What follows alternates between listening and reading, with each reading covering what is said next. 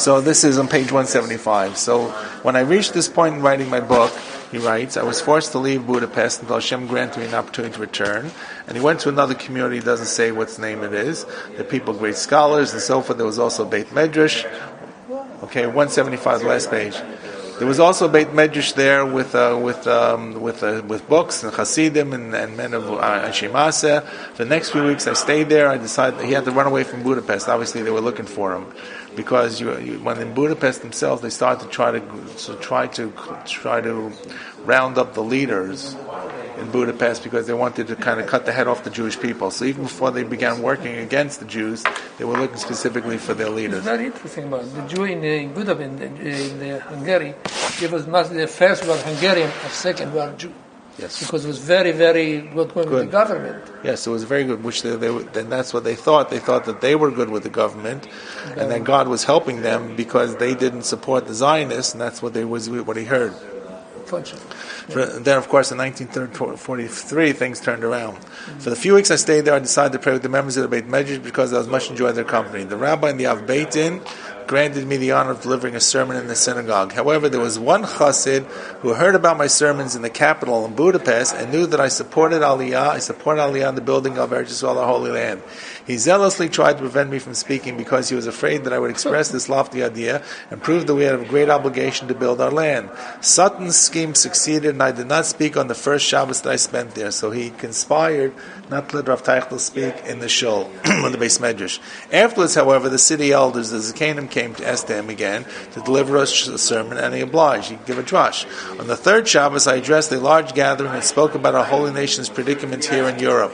I poured out my soul and spoke so emotionally that the entire audience wept. I concluded that the only way we can recover from this bitter exile is to return to our holy land the moment Hashem delivers us from distress, and that each and every Jew has a sacred obligation to strive with all his might to leave the lands of exile and return to his mother's bosom, Eretz Yisrael, which is really what he's been writing about until now. If we can't go now, at least when we survive this hell, we should all make sure we leave Hungary and go to Eretz Yisrael. I explained that Hashem brought this bitter exile in order to awaken us from the slumber of exile and motivate us to yearn to return to our forefathers' inheritance. Was it too late? It was too late, but this is the story that happens when he's speaking to the people, and you see what happens in the response. I also mentioned what I cited above, that he quoted earlier, in the name of the Nefesh Chaya, quoting the holy angel of the Lord of Hosts, Rabbi Eliyahu of Gudzinsk. He explains that great tzaddikim oppose the matter only. You're out of pages.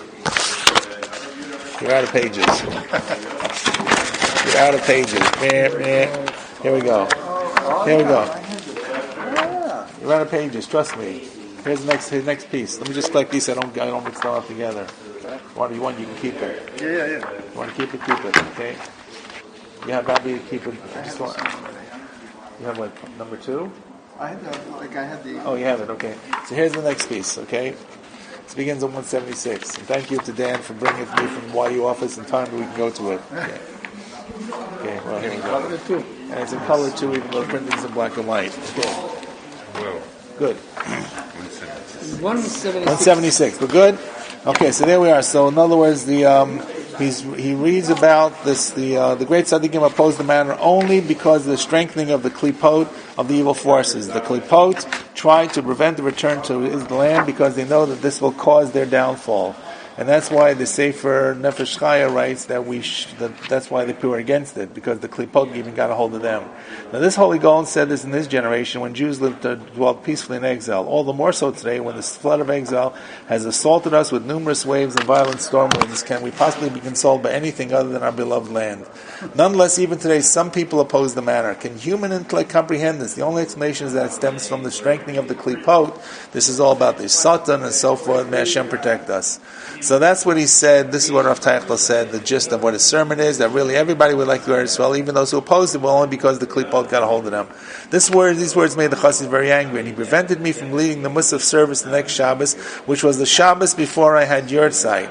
As the Gabbai of the Beis Medrash, he said that someone else, a certain member of the community who takes precedence, had an obligation to lead the services. We have a rule, if you ever go to a shul when you're traveling in St. Kaddish, a member has precedence over a non-member. In fact, some shuls have rules. The only people who can down for the Amud are members. It's one of the rights that you get. So usually if there's nobody else to daven, they'll let a stranger come in who's traveling through. But in the end, this guy said, there was someone here who's a member who belongs here, who lives here, he's going to daven. In the end, he found out it was fake. This is all fabricated. There was no one else to daven. He was simply angry because of my sermon. Indeed, many people rebuked him for this. And behold, the next Shabbos they gave me the honor of leading the blessing of saying benching Rosh Chodesh in the Musaf service. But the damage was very done because, of course, his Yortzeit is passed. Okay, so a little politics going on there. Afterwards, this is benching Rosh Chodesh of, and afterwards on the Monday of Parshas Matos Maseh, good tidings reached the Beis Medrash. You always remember that the Shabbos before Tisha B'Av, I'll just say the Shabbos before Tisha B'Av is always Parshas Shabbos Chazon, which is also Parshas Devarim. Mm-hmm. So this is the benching Rosh Chodesh is going to be the week before that. So I guess this is going to be, somewhere there was a week there that they had Matos Maseh of the week before Rosh Tisha B'Av. Now there was a turn for the better in the world. Now no one really knows what this means. What suddenly happened? They obviously got some piece of news that made them feel that things were turning around for the Allies. Hitler was going down. Probably. We all rejoice because we recognize this is the beginning of redemption. All the minyanim omitted tachanun because it was like a holiday. It must have been some really good battle that they lost. The Germans lost. We don't know what it is. At that moment, which year is this? I believe it's 1943. Yeah. And it's the summer of 1943. We don't know. The first place when they lost it was in the Egypt in Elam, I think the first place. Maybe. Leningrad. When it was Leningrad. No, Maybe. I don't know. The editor tried to calculate and he couldn't figure out exactly what it was. It was such a big yontif, such a big day. They left Al-Tachnan. These are Hungarians. Now they left Al-Tachnan for a lot of reasons, but every shul left Al-Tachnan. At that moment, we rejoiced like the Jews did at the time of Mordechai and Esther. Of course, it was really, as you know, once again, this goes back to the stories. We only see part of the story. We know that it's only temporary. It was one battle that it must have turned around the wrong way.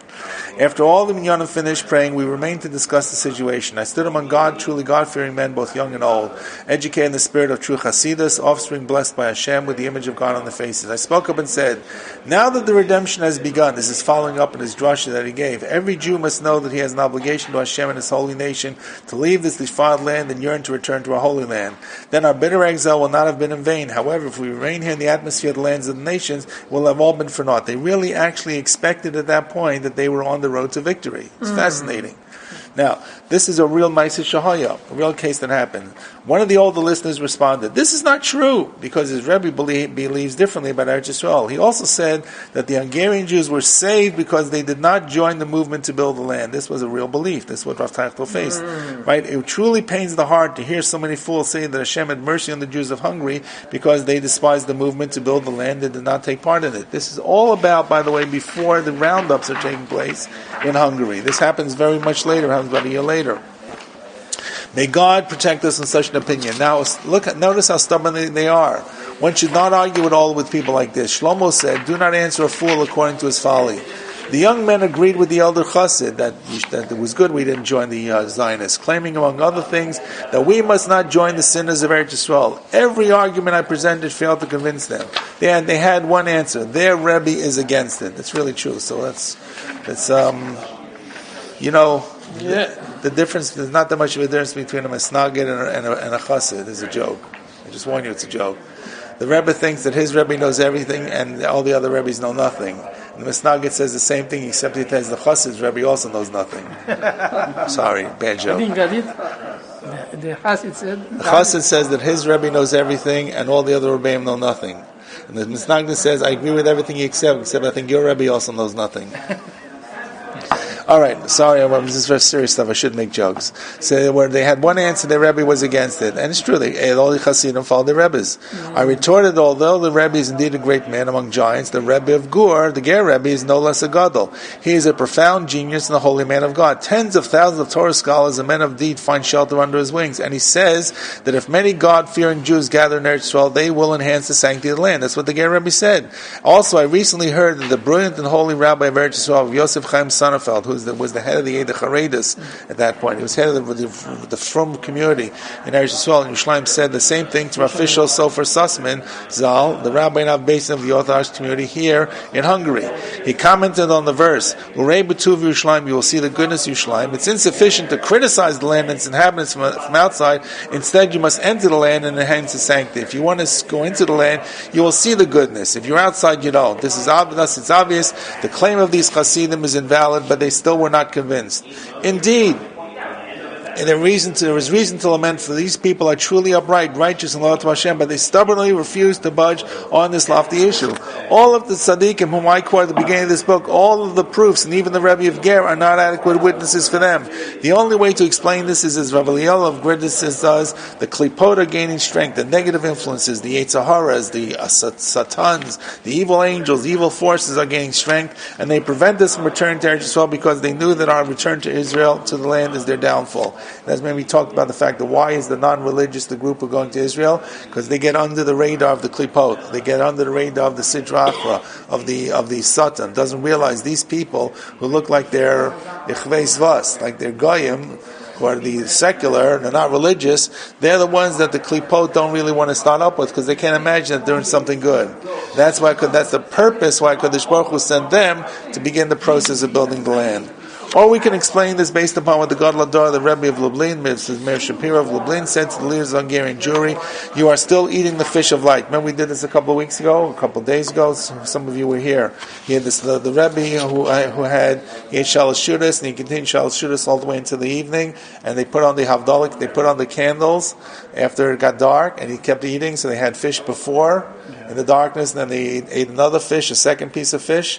And one is the fish of darkness, the fish of light. He says the reason you don't realize this because you've got your own connection. May Hashem continue to eat fish of light forever, but they should be aware of the suffering of the rest of the world. They should also be aware of the fact the Holy Rebbe of Winsdorf advocated building the Yishuv because of Israel's suffering. Someone else. Alternatively, people may oppose the matter because of some ulterior motive. They're certainly no better than spies. The Torah testifies that the Meraglim were upright men, but they were eventually ensnared on the Yishuv of Eretz Yisrael because of selfish concerns. We had talked about this earlier. He said that these were people who were leaders. They felt if they go to Eretz Yisrael, they'll lose their job. They'll be out of work. They'll be obsolete. Right. They were Rashi B'nai Yisrael Hema, but only Bamidbar. The issue in which I was deprived of performing a sacred service is nothing new. That he couldn't daven the Shabbos for his yurtzeit. Such things already happened to our ancestors who devoted themselves to cherishing the land. The author of the Kafta of Aferach, it's a very important medieval book. Kafta of Aferach went to Eretz Yisrael, and he writes about Kafta of Aferach. Ken. It's one of the Balei Tosfot. Rav something Aparchi, Rav Yichel Aparchi, Rav Yeshua Aparchi. I don't know. But it's been very long before this. It's a long time ago. It says Balei Tosfos, but he traveled around Eretz Yisrael. He writes about the land. So if you want to look at some kind of a contemporary reference in the Middle Ages to what is in Israel, you go read his book. It's not going to be applicable to studying geography and topography of Israel today. But if you want to look for historical reference, that's what you would see it.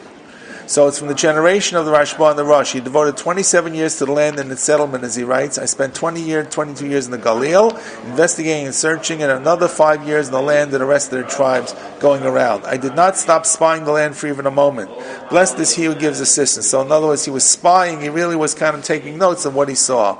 In his introduction to his work, he writes, I will ignore the zealous ones who seek excuses to oppose me. This is the Kafta of Aferach that was writing about his work to schlep around the land of Eretz Yisrael, to write about the land. I would be surprised if this generation is free of such phenomena, says Rav Teichel. No, says the Kafta of Aferach, whether publicly or privately. Thus, even then, in the Middle Ages, in the time of the Balei Tosfos, the 12th century, some people stubbornly opposed the sacred and lofty endeavor of settling the land. They also opposed anyone who wrote about it, even if the author was the great Gadol like the Kafta of Aferach was. Elsewhere, while discussing Beit Shan, he complains, Beit Shan, everybody know where Beit Shan is? Beit Shan is up in the Galil, Beit Shan Valley. Yes? Very, very warm place. Very hot place. Hottest place, one of the hottest places in Israel. I was there. Lived there 1 year. Eshtoria Parchi, thank you. Very good. that I knew his Parchi, but I didn't know his first name. Eshtoria Parchi, there you go. But it's a fat book. It's like the size of the Art Scroll Sitter. maybe a little fatter than that, the way it's published. And I said it's a difficult book to read because it's not really learning Medrash or Torah. He's reading about what he sees. He goes around what he hears, what he sees, what he can tell you about. And he writes it because about the importance of Eretz Yisrael. So he talks about Beit Shan. He complains this is the Kafta Vaferach. Rabbi Shlomo Parchi writes, there are newcomers here, supposedly knowledgeable people who are dissuading the women and the simpletons from dwelling here. They say this may not be Eretz Yisrael but Chutz La'aretz. Thus he complained that they disrupted his task. He tried to inspire the masses to love the land, but those people opposed him and tried to make him despise it. The reason he wrote Sefer Kafta Vaferach was he wanted people to know about Eretz Yisrael, that they should go to Eretz Yisrael. It shouldn't be such like it's from the moon, it's from Mars. It's a place you can see. So he came to Beit Shan. Beit Shan is really along the Jordan Rift. It's really near the river.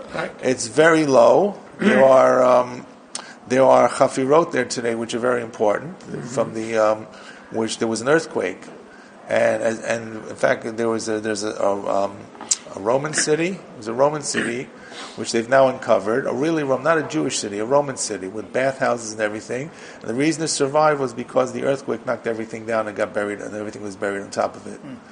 And it became but it was part of the main road areas. So, and there are differences between Roman cities and between Jewish cities, just in how they're structured. But you can go there. I suggest you go there towards the evening. It is extremely hot. Just a minute. This is something new? That what? The Chavirots are new. They're open. I'm not sure how new. 5 years, 4 years, 3 years, 2 years, 1 year. They've just done a lot of work on them. Because I was there 1 year. I was there. 1 year ago? No, 1 year I was living in Beit Shan. I was in Tirat Tzvi. What year were you there? A long time ago. Long time ago. Okay, this is new. This is something new. I didn't know. This is very new. It's actually very new. Okay, this time I'll be in Israel. I was there, and we went there. They had a sound and light show. We were there last summer, in which they show on the walls of Beit Shan. They show you actually the history. Some of it is pictures, some of it's like cartoons, and then after that they take you around, and it's very well lit up. So you go at night when it's cooled off. But in the Beit Shan, is in one of the kibbutzim? It's outside Beit Shan. It's not in the city itself. No, it's not. It's outside the city. I forgot what it's called. It might be called Chafirot Beit Shan or something else. But I was once in Beit Shan in the middle of the day. 42, 45 degrees. Yeah, I didn't pack enough water. I had water, and I ran out of water, and I went to buy a Coke, and I went to buy another Coke, and I went to buy, just like, I don't know, the stuff just evaporated. He was working in the 4 in the morning until 10 o'clock. 10 o'clock going room. That's it. Impossible. Going outside until 4 o'clock. Nobody. Between 10 to 4, outside. Anyways, okay. So the reason not to live in Beit Shan is not because it's not part of Eretz Yisrael. It probably is part of Eretz Yisrael. We believe it is, and they must have spread some rumors because it was fairly north. Maybe they thought it was outside of Israel. Maybe they thought it was on the edge. I don't know what was going on with the Kafta Vaferach, but he was actually very much upset that people were trying to say this is not Eretz Yisrael. It's Chutz La'aretz. I found the same thing in the introduction of Mitzvah Yeshuv Eretz Yisrael by the great Gaon Rav Yonah Bloomberg of Dvinsk. He had quoted this book a long, long time ago in his Sefer. The booklet was printed in Vilna in 1898 with the approbation of the Gedolim generation. Rav Yonah Bloomberg was a lumber merchant, he writes, who wrote this wonderful book, L'Shem Shemayim, for the sake of heaven. In other words, he wasn't a rabbi, he wasn't making parnasa, he was a successful merchant, business merchant, a lumber merchant. And he writes, I imagine that everyone agreed on the sacred issue. None of my brethren in the house of Israel would think otherwise, that there's a mitzvah to go live in Israel. To my astonishment, I saw that my thoughts were incorrect. Many Jews even have the audacity to widen their mouths, open their mouths loud, big, and say unrepeatable things. More than once I got into verbal arguments with these big mouths. Logical reasoning did not affect them, only the verbal staff and the contentious rebukes. Verbal staff means I gave them a tongue lashing, so to speak. He also writes that more than once the hand of fate brought him into discussion with those who Hashem blessed with wealth and wisdom. When he heard their chatter, which would irritate any good-hearted person, he was unable to tolerate it, and his health suffered greatly as a result. This is, you're talking about Rav Yonah Bloomberg would speak to people who were other merchants who probably were very happy to be where they were and not to leave. He cites the Tanakh of Eliyahu, which says that the same sin prevailed in the era of the kings. The inferior scholar became jealous of the superior one and said to him, even though you concur with the halacha and I do not, let your words be nullified and mine be established, even if it destroys the entire world. So the rabbi, and once again, everybody goes through this according to what he says. He's not the first person to hit his head against the wall, speaking to people about going to Eretz Yisrael. The rabbi of the entire diaspora, the Gaon, Rabbi Shai Mikutna, Rabbi Yoshua Mikutna, the Gaon of Kutna, is top of 179, writes in his approbation to Rav Tzvi Hirsch Kalisher's Drishat Zion. Remember I told you about the Sefer Drishat Zion, which was written in 1860, what year was, 1864, 1862? Something like that. Do not become disheartened or discouraged by the words of the antagonists, for they speak out of ignorance. So in other words, the Rav Yoshua Mikutna, who wrote a hamlotza, a support for an introduction to Rav Tzvi Hirsch Kalish's Drishat Zion, talked about people kind of put him down too. Thus I've demonstrated there's nothing new under the sun. My lot is no worse than my predecessors who were much greater than I am. Now I will no longer be surprised by those who arrogantly oppose me because of my sacred task. None of this will dissuade me from my work, since I found assistance and support from the earlier and later rabbis. I'll draw strength from the hope that there are also pure-hearted men who will say to me, Yesh Koach, well done, who will encourage my work. I hope they'll recognize this great importance, because the klipa has grown so strong, the Satan, who will actually trying to knock down what I'm trying to do. Okay, let's move to Nun Beis. In the second edition of Shimu Mishpat, the brilliant Kabbalist Rabbi Akiva Yosef, who also wrote a Sefer Levo Ivri, recounts the following incident.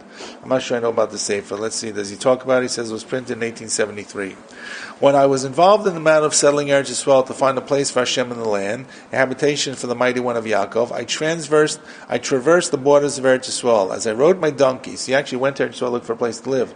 I rode my donkey from Tzanan, I don't know where this is, to Yerushalayim. Tibaneim and Sikonein may be built and established speed in our days. I passed through Binyamin's portion. Portion of Binyamin is actually Yerushalayim. The Beis Hamikdash is Yerushalayim is built in Yehuda, but Binyamin is just north of it and comes into Yerushalayim. It goes into part of Yerushalayim. So the Beis Hamikdash was built in a part of Yerushalayim that is actually part of Binyamin. If you go north of Yerushalayim, that's the area of Binyamin. Shiloh, Psagot, what's it called? No, what's the Arab city? Ramallah is in Binyamin. That's all Binyamin area. Okay, so he was traveling on the way to Yerushalayim, and he went to the Binyamin's portion, where Binyamin would have gotten that. My heart was humming. This is the Shevet Binyamin. My heart was humming as I meditated, and it appeared that an elderly, respectable man was approaching me. Now listen, look at this. It's not really a person. You want to settle in Eretz Yisrael for the sinners and detestable ones together with the reckless hooligans, as the guy says to him. I was completely astounded. I stared at him penetratingly and said, it seems to me that you are the ministering angel of Edom with the well-known name Samael. Previously you were an elderly, foolish king. Now there's no king of France. If you look in the footnote 250, he's talking about the fact that France, this is after France was no longer with a king. This is probably after Napoleon or something. Maybe during Napoleon, you've remained an old fool. And the verse says, do not answer a fool according to his folly. And he continued on his way singing his song. So either this was a person, it wasn't a person, it was some kind of apparition, it was some kind of dream. I don't know what he was meditating, but he refers to this case. So he explains that he composed a song to arouse his heart for the sacred endeavor of settling Eretz Yisrael, so he would not be disheartened by the pursuers, oppressors, wicked ones, and pseudo-saints.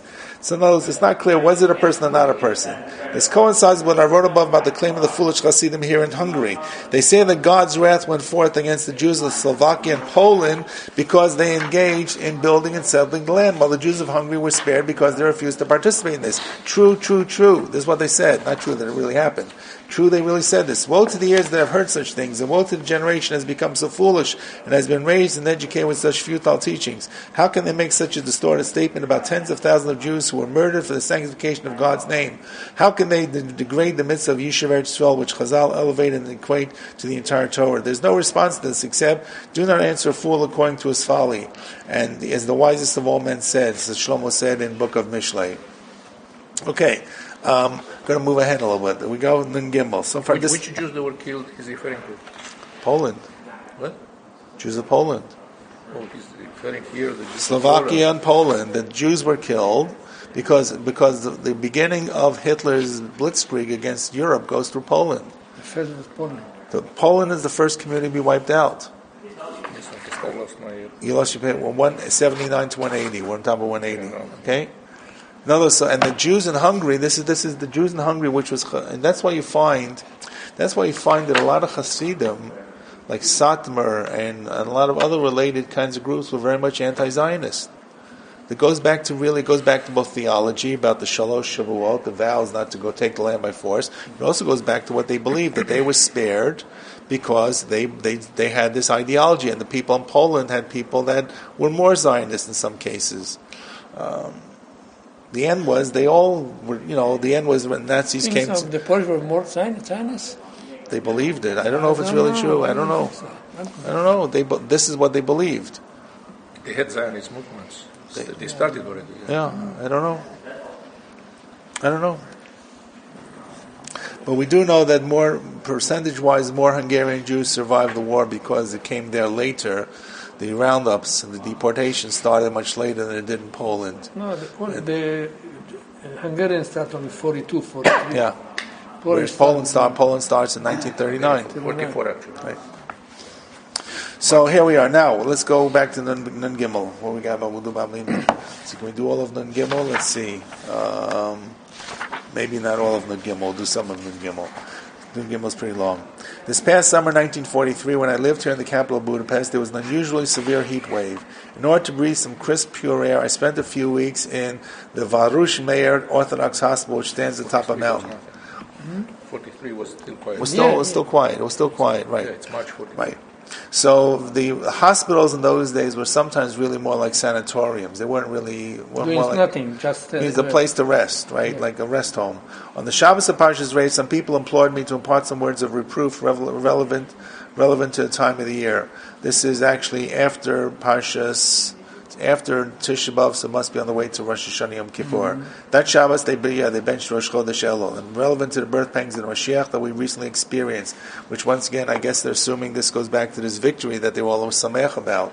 And so two Torah scholars, son of saints, begged me to profusely to accept, because I had adamantly refused at first to accept this honor for my own reasons. But they beseeched me to no end, and I was no longer able to refuse. But, here it comes, before I rose to speak, these scholars stipulated that I may not mention Yishuv Eretz Yisrael. And if I did, they would not come to hear me speak. Right? And just leave over the parentheses here, which you can read very quickly yourself. Terrible things, these pseudo-saints defame, disgrace, I said to one of them, a truly great scholar, his rabbi of a large city, a pious man, I know that you said this innocently, but I want to analyze whether or not you are right about refusing to hear a public sermon on the love of the land and the great obligation we have towards it. I told them I would prove that such talk is Satan's way of blinding us. Who is greater than the author of the Tzemach Hashem Tzvi, one of the former disciples of a bear of Mezabish? This is a disciple of the Baal Shem Tov.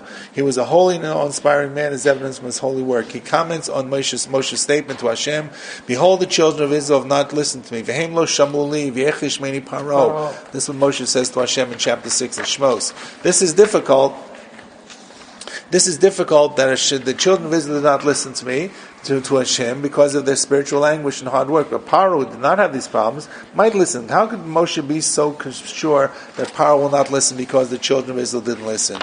We may answer as follows. Seemingly, there was no reason to send a messenger to the children of Israel, for they would certainly want Hashem to redeem them. So why did Hashem send Moshe altogether? Obviously, they want to get out of Egypt. The explanation is based on the pasuk, my word that emanates from my mouth will not return to me empty. The Ramban explains that for every good deed that comes from Hashem's mouth, a symbolic action must be done here on earth, so that the decree can be fulfilled without hindrance. I'll say this again. The Ramban explains that every good deed that comes from Hashem's mouth, a symbolic action has to be done here. So if Hashem wants to do it, Hashem wants to make a decree, something has to happen here physically. Now Hashem knew that Pharaoh would not want to listen to the command to free the Jews from Egypt. If so, Hashem's words would return empty. Therefore, He commanded Moshe to tell His words of redemption to the children of Israel first, for Israel would certainly listen. By listening, the Jews would perform a symbolic action that would ensure that Pharaoh would also listen. Moshe understood this was Hashem's intention, and he also therefore wondered, since the children of Israel have not listened to me as a symbolic action, how will Pharaoh listen to me? So this is his drash here. The reason the Jewish people need to listen to Moshe is to do a Maisa. here, the Maisa will enable the decree of Hashem to be carried out for everything.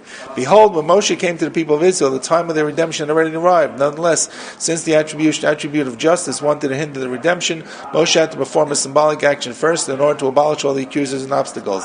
The action was that Moshe would speak about redemption to the children of Israel, and they would listen to and accept the words. What was going to be the Maisa? What was going to be the actual act, the symbolic act that would cause all this to take place?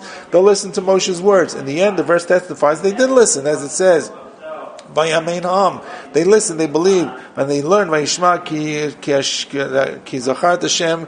They Bnei Yisrael v'rikhirot yom vayikod vayishtachim. When they heard that Hashem remembered the children of Israel, He had seen their affliction. They bowed their heads, prostrated themselves. Indeed, the children of Israel were then redeemed from the bondage of Egypt. This happened because they listened to Moshe when he spoke to them about the deliverance. The symbolic action was performed in order to prevent the accusers and that of certain nullifying God's decree, so that every word would happen. So in his case, it's going to happen the same thing. We'll do it to the middle of the next page. So now, what we're doing here? He's going to explain this. So now, what are we doing here in the Quds Lords? Yeah. Good. Why is it in here? I agree. Why? Unbelievable. I'm reading this for me. Okay. Yeah. Now this applies to our issue. We've already reached the year of Beito in its time. It's ready to pass the latest time we should go to that the Mashiach should come. We're set the time. The set time for redemption has always arrived. The only thing that's holding us back is Midat Tzedem, the attribute of justice. Therefore,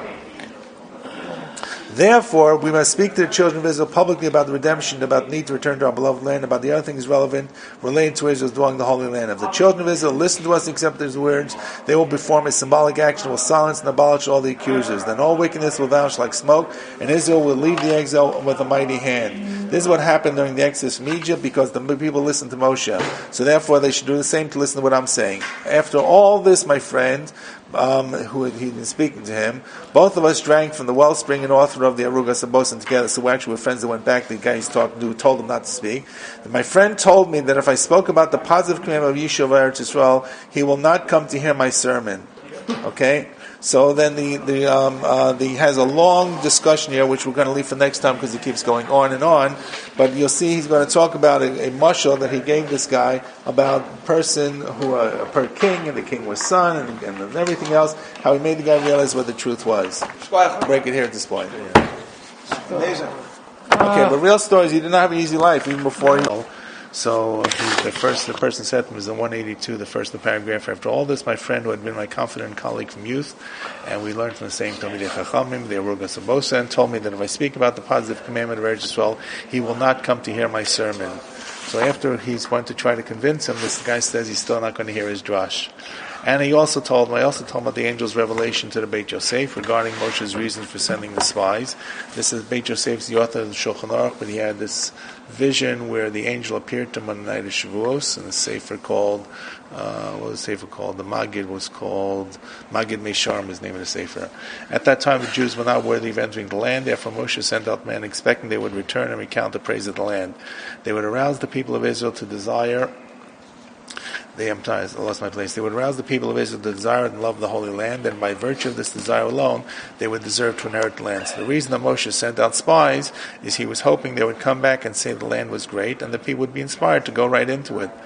Of course, what happened is that's not exactly what happened. They came back with a negative report. They said the land is great, but we can't go in. The land is terrific, but it's not for us. So now, why should we not do the same? We too must speak publicly about the praises and virtues of the land, about the derogation of the lands of exile, in order to inspire our Jewish brethren to desire and love Eretz Yisrael. The time for redemption has arrived, but we must become worthy of it. If we desire and long for the land, we will be worthy to enter it, and we will be truly desire the final redemption. But we'll only achieve this goal if the leaders deliver public sermons about loving Eretz Yisrael. Therefore, I cannot comprehend how His Eminence, he's talking about this other guy, can say that it's forbidden to preach in public and listen to a sermon about the positive commandment of Yishuv Eretz Yisrael. And this is his response. He's writing this down after his conversation with him, is what he told him. Ziyar Dvar states, what a great mitzvah it is to desire to go to Eretz Yisrael. The Shalah and the Sefer Yereim teach that a person should constantly have this in his heart, a love and desire for Eretz Yisrael, as it says, your eyes and your heart shall be there for all your days. If a man has all the desires, he should always remember he's lacking something because he's not in Eretz Yisrael. He should be sad that he's not in Eretz Yisrael, for the most important thing is missing. That's what he told this other guy. I also told him something I saw in a particular book, and he doesn't know what book it is. I told you every once in a while this comes up where he's writing from memory, and I'm not writing without books. So I can't remember the source. On the verse where it says, Hashem says to Moshe, Lama titzak elai, daber b'nei Yisrael v'Yisrael. So the people are at the sea. Moshe cries to Hashem, and God says, why are you crying to me? Tell the people they should travel into the sea. So he quotes here a Dvar Torah in the name of the Noam Elimelech. A holy Rebbe, Rav Sar Shalom of Belz, asked the Noam Elimelech, Rav Elimelech of Lozensk in a dream. He sees him in a dream. It's fascinating. What kind of a question is Hashem saying to Moshe, why are you crying out to me? Of course Moshe is crying out to Hashem. At that moment, the people of Israel in dire straits, the seas before them, the Egyptians were behind them, snakes and scorpions were on the sides. What else should Moshe do? What would you do if not to cry out to Hashem for help? So Rav Elimelech, this is so the Rav Sar Shalom of Belz asked the Noam Elimelech in a dream, and this is recorded in a sefer that he can't remember the name of the sefer. Okay, so let's keep keeping our people, all the ducks lined up in the right way. So in the dream, the Noam Elimelech, Rav Elimelech Lozensk, answers to Rav Sar Shalom of Belz the following mashal. Once a certain queen went into labor. When the sorcerers who hated the king heard about this, they cast a spell on the queen, making her unable to give birth. Great howling filled the king's house, for she remained in labor many days and she couldn't deliver. There was a wise man there who advised the king to spread a rumor throughout the kingdom that his wife, the queen, had given birth to a healthy baby boy.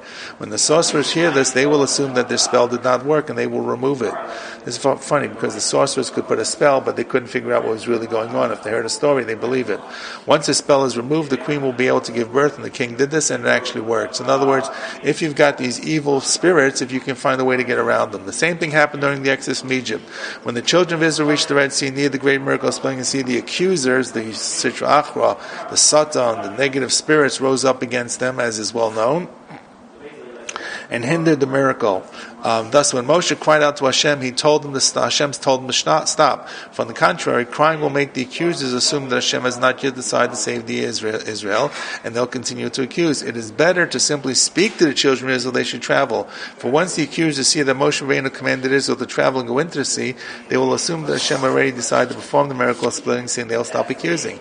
Then the sea will actually split. This is the answer Noam Elimelech gave to Sar Shalom in the nighttime vision. So, in other words, if you daven, you're making it clear that you're still davening to Hashem. Hashem has not made a decision. If you move on, HaKadosh Baruch Hu needs to support you. Or better, the way he understands it, the negative comments, the negative of spirits, the Sitra Achra, the Satan will assume that it's all over. Is he saying you think, Moshe, that going to Eretz Yisrael now, or the last 70 years, is as difficult as when they were crossing the sea? Yes, it was. It truly was. Sure, there were great challenges going to Israel in the 40s. And now. For all the successful people who don't want to leave. I agree. He's saying the same thing. It's just as difficult. It's an upheaval. Yeah. I agree. Okay. But I'm saying if it's difficult now, in 1940 it was more complex. Yeah. This was a much more primitive country. Right? We're talking about a country that, is now it's a technological marvel, a startup nation. Mm-hmm. But that's fairly recent. It's fairly recent, 20 years maybe. Yes. Right? The same is true today. If we're in labor, we have no strength to give birth. We are in labor, but have no strength to give birth because the accused are trying to delay the redemption. Therefore, we must follow Rav Elimelech's advice and speak to the children of Israel. They should travel to Eretz Yisrael, disregard the lands of exile. Then the accusers will conclude that Hashem has already decided to redeem us, and they'll stop accusing. This way, the true redemption will arrive without any obstacles. This is all in line with the way he said before, that the secular Jews are the ones who are going to Israel. This way, the negative forces won't realize that these are the kind of people who are bringing the Gula. Mm-hmm. Now, how can the pseudo-saints not be ashamed to say, the pseudo-saints, he's talking about his buddy and all his friends, not be ashamed to say that it is forbidden the preacher to listen to a sermon about going to Eretz Yisrael? How can they say that it's forbidden to hear this? I'm utterly astounded. The only explanation is that the adversary blinds them, that the Sitra Achra is on their side, is trying to convince them. He wants to prevent the redemption with all his might because he knows he will fail when the redemption comes. This is what I said to my friend and colleague, who's a true tzaddik, and he could not answer me. He remained silent for a while and then said my proofs are true and correct. He admitted he never dealt with the question or examined the issues. Rather, he innocently followed some of the tzaddikim of his generation who opposed this manner. I responded by citing the Maram Shik on the verse, I will betroth thee to me in faithfulness. You'll know V'yadata the Hashem, you know Hashem. The Maram Shik says if a Torah scholar says something contrary to the words of Chazal, we need not believe him blindly. In other words, if you're following the tzaddikim but you don't know what they're saying, maybe you need to find out more about what they're trying to say. Moshe said, so therefore, this is really what he told his friends. We're middle of 184. Okay? Moshe said, this is where it says turning a mitzvah into a sin into a mitzvah. Moshe said regarding the episode of the spies, this is a bit of a drash next paragraph. But you, Israel, did not want to go up, and you rebelled, vatamru et pi Hashem, you rebelled against the word of Hashem. I explained this as follows. You did not want to go up because of your selfish motives. Why didn't you want to go up to Israel? Because you wanted to keep where you were in the wilderness. And you rebelled, vatamru. Vatamru also means transformation, as in the verses, he shall not switch or not exchange, lo yamir. That's talking actually about carbonot, switching one carbon for another. So tamru is not only rebel, it's changing. In lieu of mar, of the slaughtered animal, that you want to change for a different sacrifice. That is to say, you transform the word of Hashem, which is a mitzvah to go to Israel, into a sin, and you change the sin into a mitzvah. You take the mitzvah, dwelling in the land, which is a very valuable mitzvah, according to all the poskim, which he's been writing about for all these pages, and you turn it into a sin, because you say now that tzaddikim don't want to go. You say that it's forbidden to speak about in public, and you persecute anyone who devotes himself to us. Furthermore, you take a sin, what's a sin? By neglecting and distancing yourself from the mitzvah, and refusing to support it physically and monetarily, and turn that into a mitzvah. That's a mitzvah not to support the people in Israel. Thus the verse states that not only did you refuse to ascend to Israel, it's a drash here. Hashem says not only did you rebel, but you also switched. You switched the mitzvah and distorted the words of the living God, turning a mitzvah into a sin into a mitzvah. So therefore, this is all he's giving musar to the people who speak against him. In their defense, those who oppose me, the antagonists say that they oppose this matter because the builders are improper Jews. We've talked about this. They're secular Jews. They're not religious Jews. I already explained this at length, he says before, but this is not a good enough excuse. I cited the statements, the Talmud statement. Why do you involve yourself with the merciful one's hidden natures? Do as you're commanded, as says the Gemara Brachos. I also quoted the holy men from Gur, the Rebbe of Gur, and Yerushalayim of Chaim Sonnenfeld, who say that if many Orthodox Jews join this undertaking, this will enhance the sanctity of the land.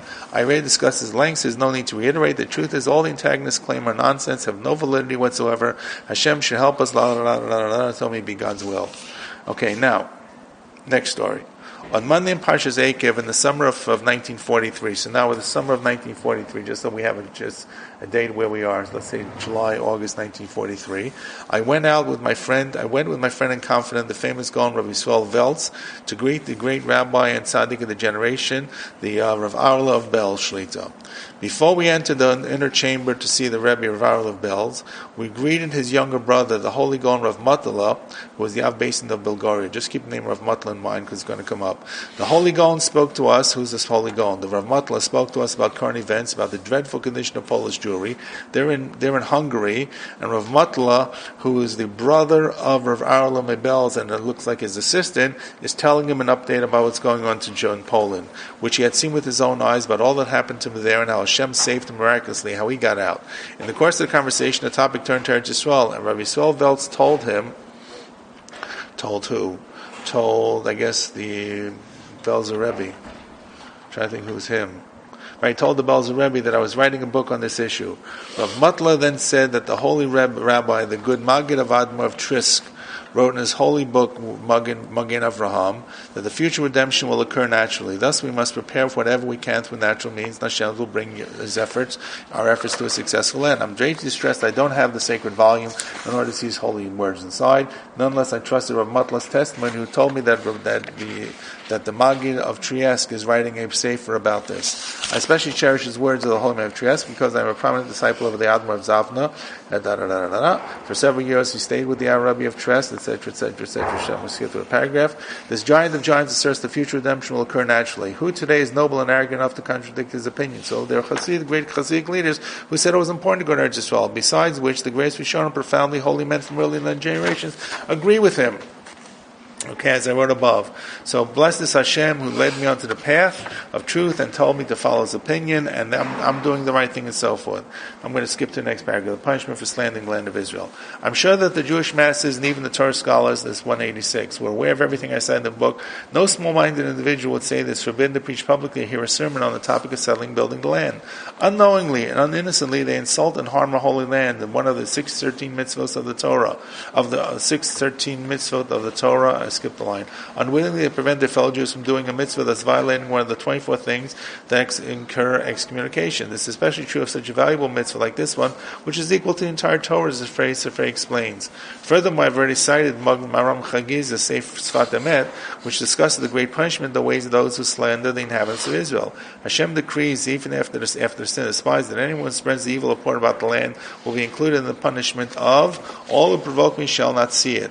The Maram explains that this verse refers to the future. Anyone in subsequent generations who opposes Eretz Yisrael will be included in the punishment of the spies. So therefore, people who do this are like the spies, they're as bad as the spies, and so forth. I'm going to move to Nun Hey, the exile Jew. He's got a whole piece where he writes now, so I'm going to slow down as I read it, where he's writing to people who are stressing the importance of staying in the Galut. So this actually speaks to us. People who actually believe that the Galut is a value unto itself. So he's writing this. Yeah. Who's reading it? Yeah, no, I'm saying yes. Yeah, okay. But I have a question. I'm sorry, guys. Yeah. Why is he leaving out the cherubim faced other directions when the Jews didn't get along during the days of the temple? Yeah. We know. It's fine to go to Israel, but what about the fact that we have to get along with each other when we all could go there, but if no one gets along, it's history. Should we get along? So get along. But that's a huge point. He's not discussing it. Why shouldn't we get along? You go to the elections tomorrow in Israel, you see how they get along after the elections. Well, why shouldn't we get along? We get along with these people, the fact that they don't keep Judaism, keep the fact that they're seculars, like that. Do you think they all get along in Israel? They don't get along in Israel. That's so the whole point. That's a separate issue. That's not unique to Israel. You're right. We have to go to Israel and we have to realize what the purpose is, and then we should try to get along. You're right. I assume he would assume that they should try to reach out to these people. Isn't that the reason why we got banished from the land in the first place? Okay, but he says this is now the opportunity to return, and an opportunity that was given to us to come back. It's the first steps. You're right. It's not the end. Remember, and I don't know if you hear that day. He says that he believes in the end, all these people who don't believe in God will come to the realization they'll come back to God. It's not the final. That's not the final chapter. Right. Right. It's the chapter before the final chapter is going to Israel. Okay, but you're right. Okay, back to Nun Hey. He writes this to all of us here. He writes it to me at least. Until now, I discussed the issue in general manner. I proved that from the Chazal, that our salvation depends solely on us. We must lift ourselves out of the abysmal and dreadful predicament, ascend higher and higher, and raise our pride. We can attain this only by awakening ourselves to abandon the diaspora and immigrate to our desirable land. The perfection of the Aliyah is proportionate to the awakening and dedication, simat lev, that we have for it. I mentioned this above in the name of the Rebbe of Liska. He quoted the Chidah saying, Eretz Yisrael is the same numerical value as tat lev, put one's heart to dedicate. If all of Israel puts their hearts into ascending to Eretz Yisrael, our righteous Savior will arrive. This is what he believed. I will now address the exile Jew, the Golas Yid, and specifically you, all the Jews are pointing to me. The Golas Yid, that's a great term, Golas Yid. Now, the Golas Yid enjoys being in Golas, or complains about being in Golas, but is stuck in Golas. And once again, I'm reading this to me, so you can all listen in. You are so attached to the clods of earth of these lands of exile that even if the oppressors smite you ruthlessly all day long, you become reconciled with your dwelling place the moment they relent. You do not take tomorrow into consideration at all. We live in a wonderful Golas, gentlemen. You do not consider that tomorrow the oppressors will once again lift his hand against you. Sometimes tomorrow means immediately, and sometimes it means after a while. We're seeing the beginnings of anti-Semitism today that we didn't see for 40 years. 50 years. During almost 2,000 years of exile, you received recurring blows, but you have still not learned from the past to contemplate the future. Now, maybe until now we didn't have an opportunity to go to Israel, but now that you can, you should. It seems to me, this is the middle of 187, if you've fallen off my page. It seems to me that Chazal had this in mind when they said, Israel does not know Yisrael lo yada in the past, Ami lo hisbonein, my people don't contemplate in the future. This is the beginning of Yeshayahu. That is to say, the prophet laments that the Jews of exile lack perception. They don't know now, they don't look ahead in the future, they refuse to learn from the past, and they fool themselves into thinking that their their situation in exile will improve in the future. Therefore, they do not consider returning to their forefathers' inheritance. And since they do not consider returning, Hashem does not bring them back to the land, as I demonstrated from Yaakov Avinu. If Yaakov did not consider praying at the place where his forefathers prayed, well, should God detain him? The Mabid explains this alludes to our exile. The Chidah statement that our return to Israel, Eretz Yisrael, depends solely on our dedication to it, also demonstrates this, for one can derive the negative from the positive. In other words, the greatest tragedy of the Jewish people is that they did not want to learn a lesson from the bitter and disastrous misfortunes that befall them. Here lies the Jewish tragedy. Furthermore, I am astounded at you, you gullus Yid, you exile Jew. Your eyes are so blinded, you don't see what's happening around you. You see how the oppressors torture your brethren, beating and afflicting them. But he has a whole section, I'm sorry for digressing, but he has a whole section, and he says, when this will be all over, don't stay where you are, you're in Israel. You're not moved at all. You see your brother's blood flowing on the ground like water. You're not frightened, for you believe the hour is still propitious. Because the people in Hungary that he's writing in 1943 were still hopeful things are going to work out. You say in your heart that these things will not affect you because you're standing in a safe place. You bless yourself in your heart saying you'll have peace. If only your words could be true. O exile Yid, O exile Jew, you listen and pay heed to my words. Open your eyes. See that your brethren, with whom this calamity has fallen, also lived as safety as you do. He's talking about the Jews in Poland, the Jews in Slovakia. But in the end, the tables were turned and they were plundered and murdered. How do you so sure and confident that you'll be spared this fate? With Hungary, Stone 43 thought they were safe. Why are you not afraid? And why is your heart not softened by your friend's misfortune? In reality, it's impossible to say that you completely ignore the victim's suffering. After all, if someone asks you to donate money to help alleviate pain, you give as your heart desires. However, contemplate this. How much do you give? Does it compare to the pain of those who are suffering? Do you give as much as you can according to the blessing Hashem has given you? Hence, this donation does not fulfill your obligation. You act this way because you lack true brotherhood. You lack true Avos Yisrael. You do not regard the unafflicted Jew as your brother in the fullest sense of the word, like Em Moshe Rabbeinu did. He saw an Egyptian man hitting a Hebrew man of his brothers, and seemingly the words of his brothers is completely superfluous. Furthermore, it already says at the beginning of the verse, he went out to his brother. The verse teaches us that the blows the Egyptian inflicted on the Jew hurt Moshe immensely, as if this Jew was one of his real brothers. Therefore, Moshe endangered himself to save the oppressed from his oppressor. Since he so desperately wanted to save his brother, he did not weigh his actions so carefully. Rather, he endangered himself in order to save him. That's what we do, he says. This is a Jew's nature when it comes to saving other Jews. This is also how it should be today regarding those who escaped from the land of hell. They came to Hungary to save themselves and their families from their snaring traps that was set for them in their homelands. They thought the local Jews would sympathize with them and band together to extend a helping hand. Instead, they received them coldly and hard-heartedly. Thank you. Except for a few people who truly sacrificed themselves to save their fugitive brothers. They were called Ice Yidden. They were called Eastern Jews, people from a different place. Except, however, the people in position of authority and prestige treated them coldly, as this was not their problem at all. That's really true. The Jews who tried to escape found it very difficult to integrate. Rav said, whoever is not included in the concealment of Hashem's face and the hester upon him is not one of them. Whoever is not included, they will be as prey. Is not one of them. This is what Rav teaches us.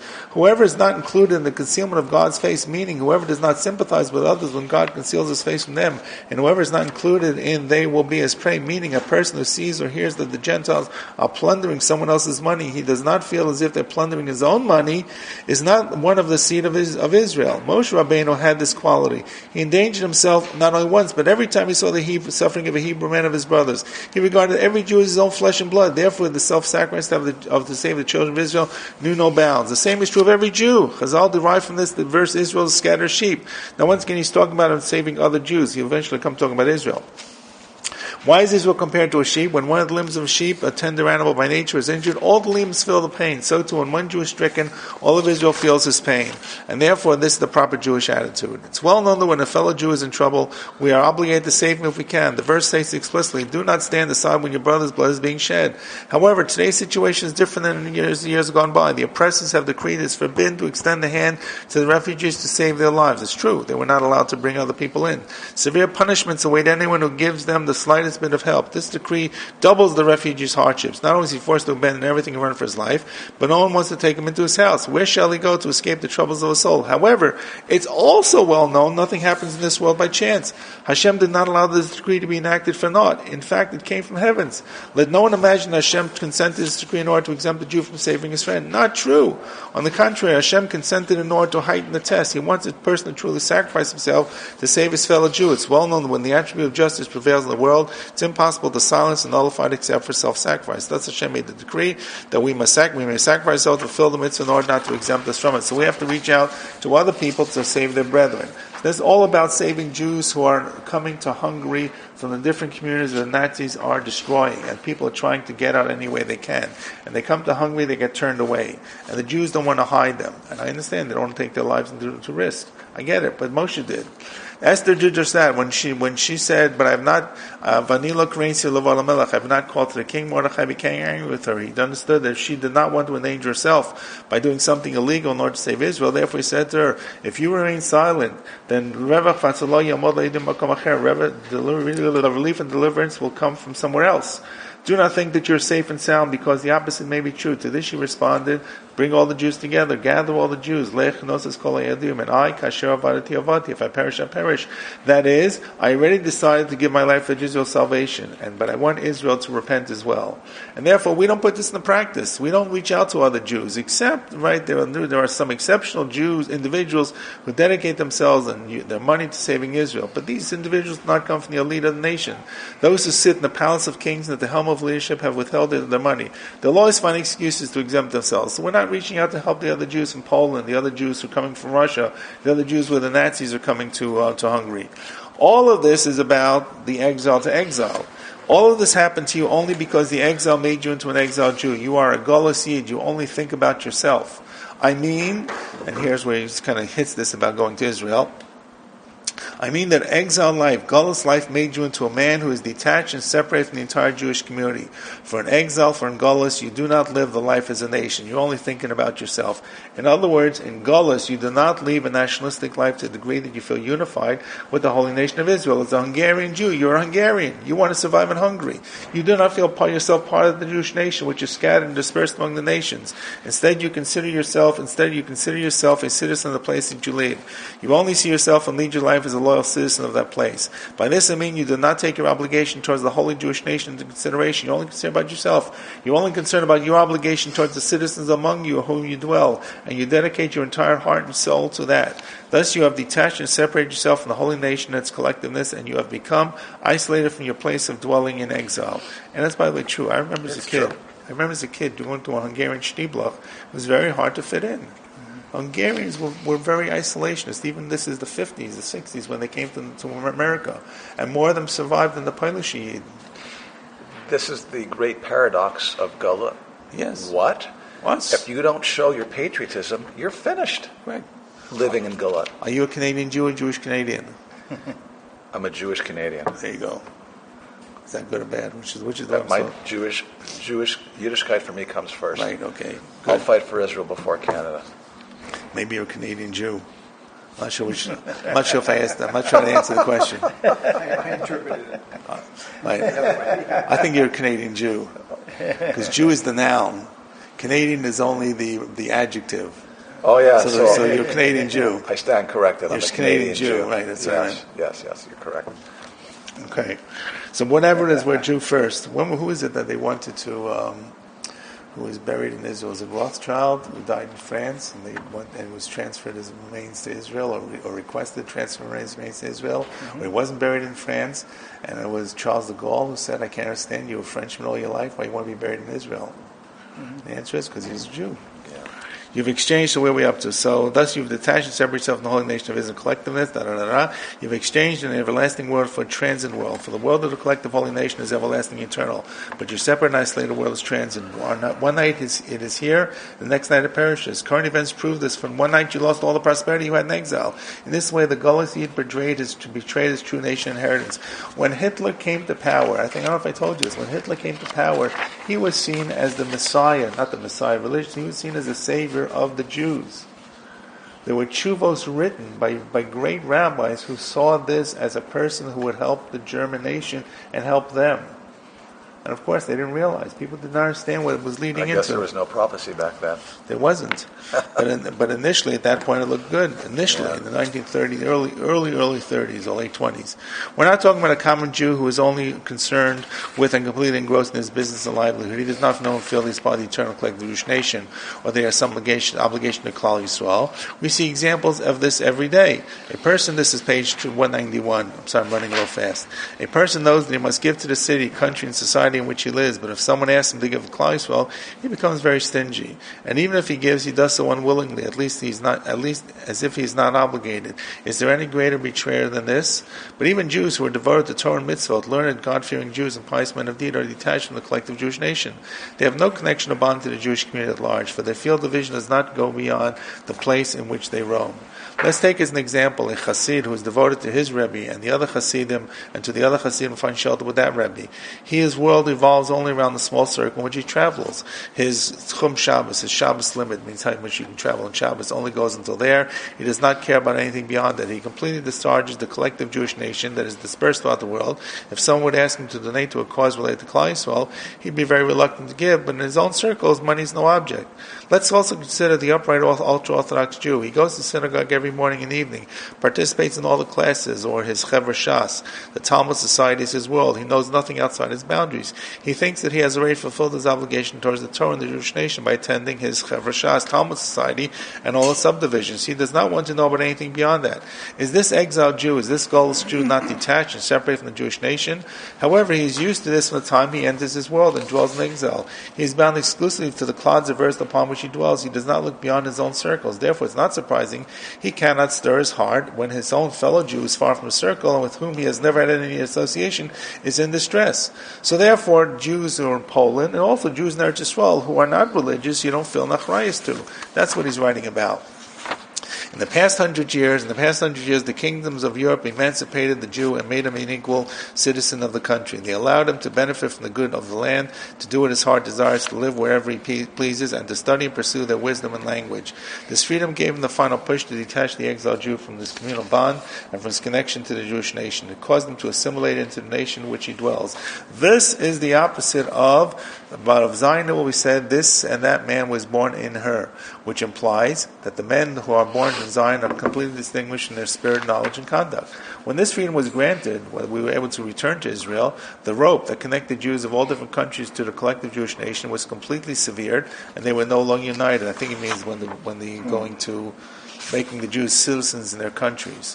When this rope was given to the Jews, they actually were untied it for themselves. Beforehand, when the Jews lived in ghettos, they were less detached from each other. That's true. This is evident from the fact that German, Hungarian, Bohemian, and Moravian Jews hired and were since respected Polish rabbis. But once freedom and liberty and emancipation were granted, however, a Polish rabbi would be considered unqualified to serve as a rabbi in Hungary, Germany, or Moravia. All this occurred because the Jews assimilated to nations became as distant from each one another as the East is from West. True. Though this is what the true danger that we have today is assimilation and secularization. This assimilation affected even devout Torah Jews. We saw and heard that in Germany and even Hungary, a Jew from Poland was considered inferior, a Polish Jew. In Germany, they called the Polish Jews the Ostjuden, the Eastern Jews. It was a pejorative. We don't even live in this kind of world. But can you imagine in Germany they call them Ostjuden, not Ois is not out, but Ois, maybe I didn't pronounce it right. Ois from East. They were Eastern Jews, which indicated his lowly status. Even rabbis who bore the banner of Torah and God-fearing faithful Jews showed some contempt to the Polish Jews, as if they were from a different nation. The explanation for this is, as I stated, the exile has made the Jew into a Golus Yid. It separated him from the collective nation, made him live as an isolated life in exile. He no longer lives a nationalistic life, nor does he fill his nation for his nation inheritance. He knows only about his affairs, and that's the true description of the Golus Yid, and that's what this has brought us to our present situation. Okay, now we come to the next piece, which is really about trying to bring Klal Yisrael together. Okay, what's it now? We'll go maybe 5 more minutes. The Nunvam. Yaakov says to his sons, gather yourselves together, and I'll tell you about what's happened at the end of days. Yaakov says to Bnei Yisrael, Yaakov says to the children of Israel in the Medrash, he said to them, you shall be one gathering. As it says, now you son of man, take for yourself one stick and write upon it. It's what Yechezkel says. For Yehuda, Bnei Yisrael, Chaveirav, his companions. The last word is written as Chaveirav, with one companion. As we read it Chaveirav with plural, with an extra yud, to teach us that if the children of Israel become as one unit, you may prepare yourselves for the redemption. What's written afterwards? I'll make them into one nation, says the pasuk in Yechezkel. So the Medrash Kohelet says the same thing. If you want to get to redemption, you got to come together. It says, join them one to the other, and they shall be united in your land. What is written afterwards? Thus says the Lord your God, behold, I'll take the children of Israel from among the nations into which they've gone, and will gather them from all around, top of 183. And I'll bring them to the land, and I'll make them into one nation of Israel. So if you want to get to Geula, you got to bring every Jew together. Israel. This is a key of key, not to circle the wagon, to separate yourself to your own different community, not to be the chassid who looks at his Rebbe and doesn't look at other Rebbes. Thus Israel's redemption depends on sewing all of Israel together into one nation. And the Medrash says the same thing. You are standing here today. Who's standing? When we're standing, when you'll all be you're all standing together as one. Similarly, you'll find that Israel will not be redeemed until all united as one, as it says, in those days and at the time the children of Israel and the children of Judah will come together as one. The Talmud concurs, Israel will not be redeemed until they become one group, as it says, he established Agudaseinu upon the land. In addition, the Jewish nation's existence depends on unity, as the above Midrash states. You are standing today. When you're all united. This is why the pride of Israel has declined. Our nation has sunk into its depths, and we've reached our current situation. It's all because the nation of Israel is torn to pieces and cut into fragments, as I recounted above in the description of the exiled Jews. So how are you going to bring everybody together? Go to Israel. That's what he's really getting at.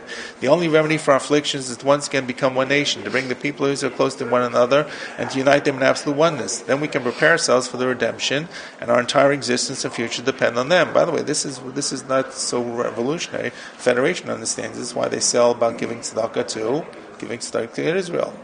We're all one with Israel. We are one. We're one people. They understand that. Federation as in UJA? Yeah. They use we're big supporters, but a lot of the Orthodox don't want to know from it, Moshe. Correct. Actually, everybody. True. Yeah, I know. How come? Because they don't understand this. I agree. I've done call-ins. I've done called cards. On they have these what do they call these evenings? We pick up the cards and call. And I've gotten cards from some people who are very significant people, and I look at their history, and they've given $100, $180, and these are people who could write $180,000 if they believe in federation. They don't believe in federation. Now their argument is we think we're needed to support our communities here to maintain the vitality of Orthodox life, and therefore we're putting our assets there. That's the argument. But what he's trying to say is we have to reach out and bring everybody together. Yes, I agree. Maral Prague, but this is what he's talking about. By the way, if they don't write a small check, does not mean that they're not committed to the oneness of the Jewish people. Okay. Maral Prague explains why the second temple is destroyed. The Beis Hamikdash in Yerushalayim is the nucleus that unites Klal Yisrael. It makes us into one nation. Since the Jews were not united, they did not deserve this place. Now, if we unite and rectify the situation, we will deserve the redemption of a place that unifies us as one nation. Above I cited the Talmudic passage which asks, if we are waiting for redemption, he, God, is waiting, then who detains us? The Talmud answers, Midas Adin, the attribute of justice detains us. Similarly, the Medrash comments on the verse that that you not wake nor rouse the love until it pleases the attribute of justice. Thus, when Israel unites as one, we will defeat the attribute of justice and silence our supernal adversaries. Then our enemies will have no power of us. We will leave this bitter exile within the high hand, and we will merit seeing the complete redemption speedily in our time. I'm going to try to finish up Nunvav, if that's okay with you. So I'm going to 94 and went a little bit of 91, 95. The Noam Elimelech expressed this idea on a verse in the Brit Ben Abasarim. This is where Avram cuts the animals in half and walks between them. He, Avram, 194, the same new paragraph. He, Avram, took all those animals, cut them down the middle, and placed each half opposite the other, but the bird he did not cut up. He placed them opposite one another, but the bird which represents Israel he did not come up. This is what the Noam Elimelech writes. That is to say, nothing can measure up to the merit of the entirety of Israel, for even the wicked ones are filled with mitzvot like a pomegranate. Mole mitzvot karimon was filled like the seeds of a pomegranate. Noam Elimelech refers to something that he wrote elsewhere, that your entirety of Israel is righteous, without a single blemish, as it says, your people are all righteous. Therefore, even though individuals sin, the whole of Israel always retains its sanctity, and there is no adversary, no evil affliction in them, God forbid. Their form is forever engraved above, and and evil forces have no power over them. And the individual connects himself to this collectiveness. Avram had this in mind when he placed the bird, which he alludes to Israel, opposite the cut pieces, which alludes to the nations of the world and the evil forces. When the bird is not divided but united, Israel's merit is immeasurable, and the evil forces have no power of it. Your Targum Rishama and Targum Yonason explain that Avram's merit knows all the evil designs that our enemies devise against us. So Klal Yisrael, the unity, is the best kind of reinforcements we have. It also protects us and prevents the Gentiles from controlling our money. Wow.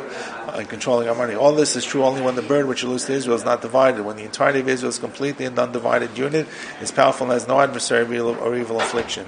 Actually, Maharal of Prague agrees with Noam Elimelech, adding that Hashem loves his people and is bound with them with a third unbreakable bond. I subsequently found that the Rambam states this explicitly in the Igeret Teiman. Hashem's strength, when he writes the Igeret Teiman, is when he wrote to the nation of Yemen when they were subjected to both fakers and also persecutions. Hashem strengthened us with good tidings. It's impossible for him to reject us as a collective entity, even if we anger him and transgress his mitzvot. As it says, the heavens above could be measured and the foundations of the earth scorched, searched out beneath, and I too will reject the entire seed of Israel because of all that I too would reject the entire seed of Israel because of all that they have done, says the Lord. What does this mean? Thus we have three great witnesses, each of whom is worthy on his own, all the more so when they're together, who testify to the immense value of unifying the people of Israel. So all the pieces of Noam Elimelech, he quoted here from the Rambam and someone else. For even if they're wicked individually, they are unblemished collectively. After all that I presented here, everyone will understand my statement that our salvation and future depends solely on unity. We must unify all the different types of Israel, of people that exist among us, from the most extreme right to the most extreme left, it's what you talked about, until the entire nation, Israel nation, is one complete unit. Then we will defeat the attribute of justice, silence our adversaries, and see the fulfillment of the verse, the children of Israel going up in a high hand. So therefore, you're going to say, is this really possible? So he's going to say that it's really part of the Jewish people, that we can unite the Jewish people through the doing of mitzvot. And that we'll pick up here next time. Yeah, this is so true. I'm just reading this as I'm asking that same question that he says. Yeah. Your words are true. Our salvation depends on but how can we do this? This is the question of 3,000 years. Well, seeing that Rav Teichel's not here, we got to figure it out on our own. Right? But this is... So he's going to talk about this. He's going to talk about unifying the Jewish people. He's going to talk about giving a little musar to the pioneers, to the chalotzim, and then he's going to talk about building the land and wrap it up. And so we're closer to the end. We're at page 195, and there are about maybe 45, 50 pages left. So we will not finish it before Pesach, but hope to finish it soon after Pesach. Shkoyach. Okay, you're going? I'm here tomorrow. Oh, you're here tomorrow. Okay. Again, you got caught. Something. He left Budapest and he was rounded up, and he was on a train to one of the camps. I told you a story, and on the train itself, it seems to be that there was a mixed car of Yidden, and there were some Hungarian prisoners too, or maybe other kinds of prisoners who were in the same car. And the Nazis would, of course, wait and not feed the people, and then they throw in from the top, they throw in crumbs, they throw in shtiklach, pieces, and everybody would grab. And one Alta Yid grabbed a piece, and the Hungarian came along and took it away. A Hungarian on the train was also a prisoner, and the Hungarian was a Hungarian, and started slugging the Yid, and Rav Teichel was there, and he couldn't take it. He said, "Stop. This is not, what you're doing is not right."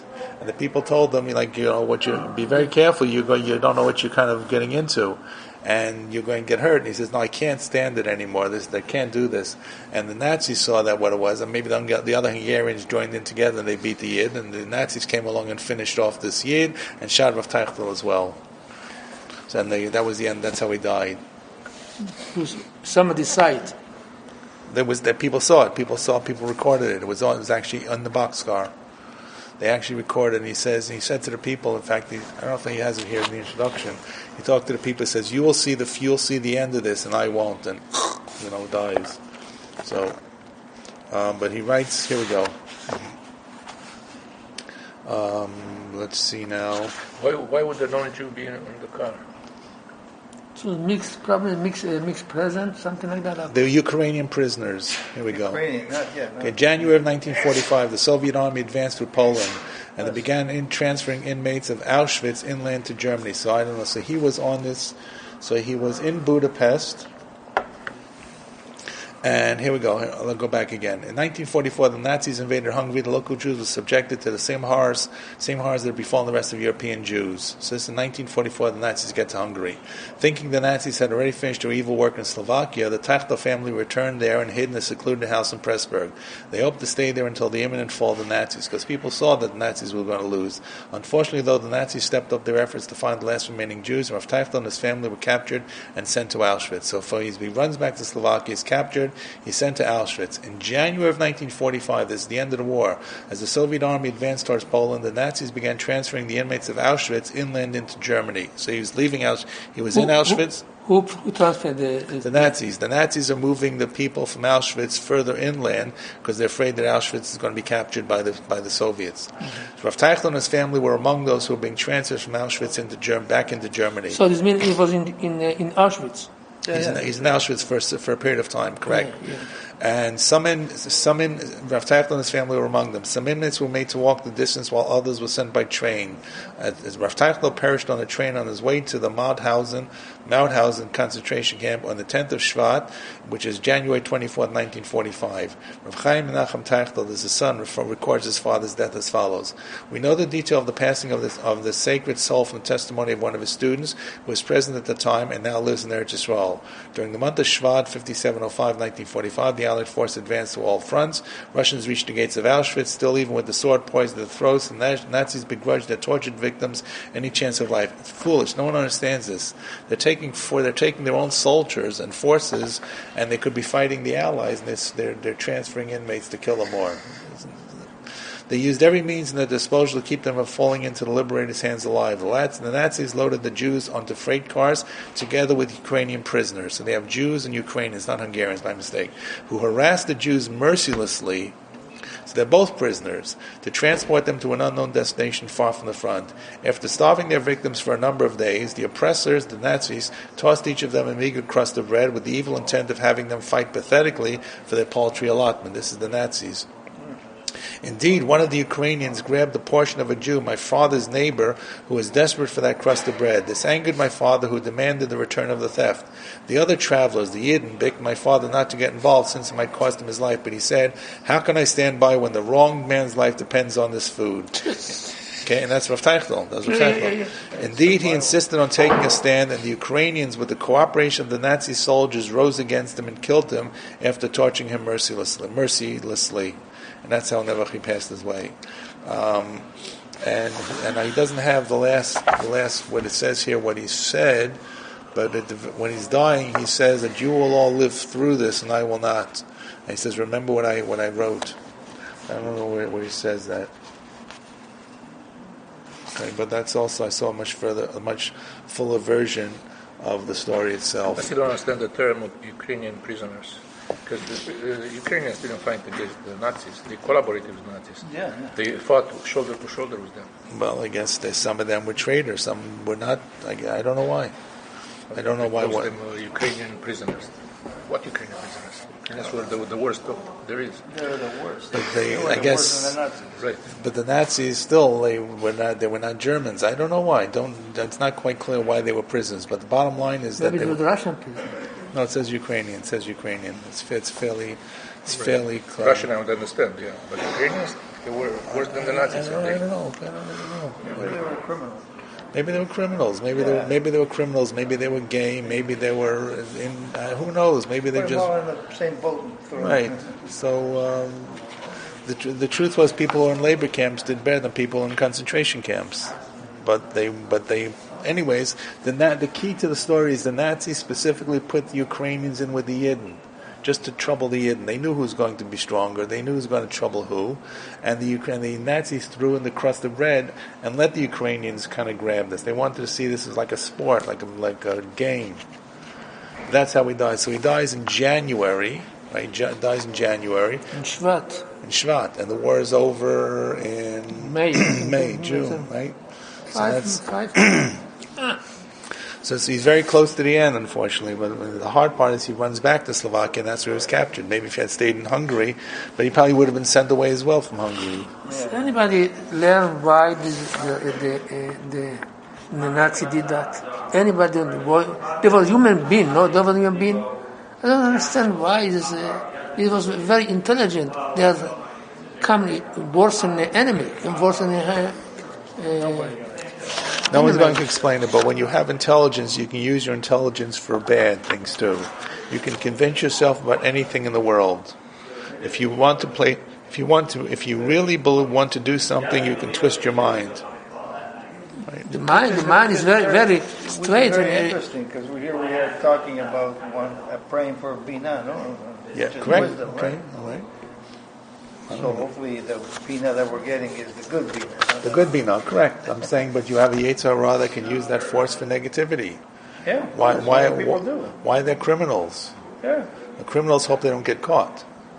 But you always get the smartest ones are the ones that are The committing unusual other part crimes. about the Nazis, the unusual part, is not only did they only see evil and do evil, they recorded it. Yeah, that's. They recorded it. You know, there are other persecutions that existed. This is the only one that everything was recorded and listed. German. It's a German mentality. Recorded pictures and pictures and pictures and movies and numbers and letters and records and data. Yeah. It says That's why they put the numbers on it. Correct. Right. Anyways, that's how he met his end. Okay, let's go to do this here. So that's page 195, Nun Zayin. He's talking about once again Achdus of Klal Yisrael. Truthfully, I know that everyone will look at me in astonishment and ridicule me, saying, "Your words are true. Our salvation depends on every Jew gathering together in one unit." But how can we do this? Who can join together? How is it possible to gather all of Israel from the 5 parts of the world with their different ideologies and characteristics into one assembly? How can you bring people together? He's obviously going to say in Eretz Yisrael. However, Chazal tell us, do not underestimate this thing. Furthermore, the tribulations we encounter during these abnormal times teach us the things which people consider unrealistic can be very realistic. Is exactly what you said, Chanoch. In other words, what we thought could not happen, happens. So sometimes things you think can't happen, Latov, not just Lara. Things no one wanted to believe could possibly happen, actually happened in the end. The same applies to Israel's unification. It's certainly realistic and possible, and it's not so unnatural, as I'll explain with the Ezras Hashem. Unbelievable. During the state of Israel established, 42, 48 and 52, okay, this was disaster in Israel. It was disaster. Everybody, so many Olim visitors come in, okay. Israel, they didn't have the food for feeding. Okay, my father said we was standing in the line for a piece of bread. Yes. But was happy, they don't care, it's not no more fighting. Yes, correct. Yes. Correct. And we have moved forward. Now we have a new government, okay? Baruch Hashem. Baruch Hashem. He's been. Who won? Benny. Bibi. Bibi won, right? Yeah. Not his, because Oh, I thought he's you a Jewish. saying the government. It meant, it's the old government. Well, it'd be the No, old probably have the Jewish, wasn't he? He have the Aguda, have Shas, both of them, these 16. That's it. Let me see, I just want to read you something if I can still find it. This is about the first time there were elections in Eretz Yisrael. What the first time? The first time election? The first election in 1949. Ah. I want to see if I can just find this quickly. If not, I'm not going to look for it too hard. No. The guy go to the rabbi go to the action. Wake up in the morning before tefillah. He got it. Somebody sent it to me. The rabbi goes in the morning, Yom Behirot 49. Yes, that's correct. So you saw it, right? You saw it. I can't find it now. The rabbi wake up in the morning. Which rabbi? I don't know, I forgot the name. Yeah. One of the Mizrahi rabbi. Go, he dress, the Yom Tov, and he take his Teudat Zehut, go, Exactly. Merech Shechianu, Correct. and he quote, and say, we have a state of Israel, Baruch Hashem, and good the mitzvah Rishon. Yeah. 2,000 years we didn't have that. Correct. I can't find it. Okay, I can't find it. This guy got away from me. Yeah. We take it like really regular. Okay, I can't find it. Sorry. Okay. Okay, the Maharal in Prague writes in this pellucid work. Whoa, pellucid, that's a funny word. Netzach Yisrael, I'm not sure what pellucid means. Very lucid, very clear. Netzach Yisrael is about Kabbalah Satorah and about the Torah. That nature always retains its status. Its existence is so strong and firm that it refuses... What is that word? I don't know. You're going to look it up. Okay. I never saw that word and I don't know the word. Which word? Pellucid. Where is it? Lucid means clear. I'm hoping pellucid means very clear. Okay, but Netzach Yisrael, I know the book Netzach Yisrael. Netzach Yisrael deals. The first half of the book talks about Kabbalah Satorah, what happened that Jewish people came to Sinai, and the second half talks about the Torah in general. It's a very important work of the Maharal. Parsha by Parsha, or No, theme by theme. So it's like written for Shavuos. Gevuros Hashem is the Maharal writes about the Haggadah and by Yitzias Mitzrayim. Netzach Yisrael is about Shavuos. People believe the Maharal that wanted to write something for every holiday. He didn't. There's a sefer for Tisha B'Av called, I don't remember, but there's nothing for Sukkot. This one is a big book? Well, it's as big as all the other books. Depends on the edition you have. Hebrew, English? It's Hebrew. It's not translated to English. Maybe one day we'll do it. It's a good book.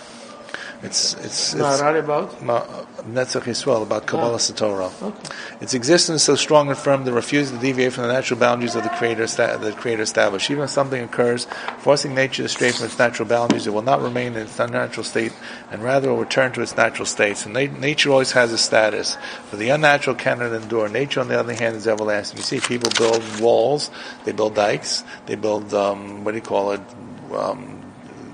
for floods, and they get flooded anyway.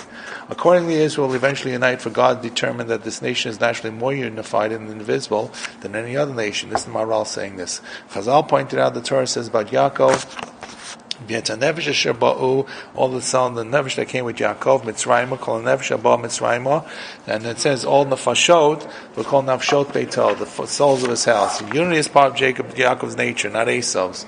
And also, when the Torah was given Israel, Veichan Sham Yisrael Neged Har, Israel encamped before the mountain. That's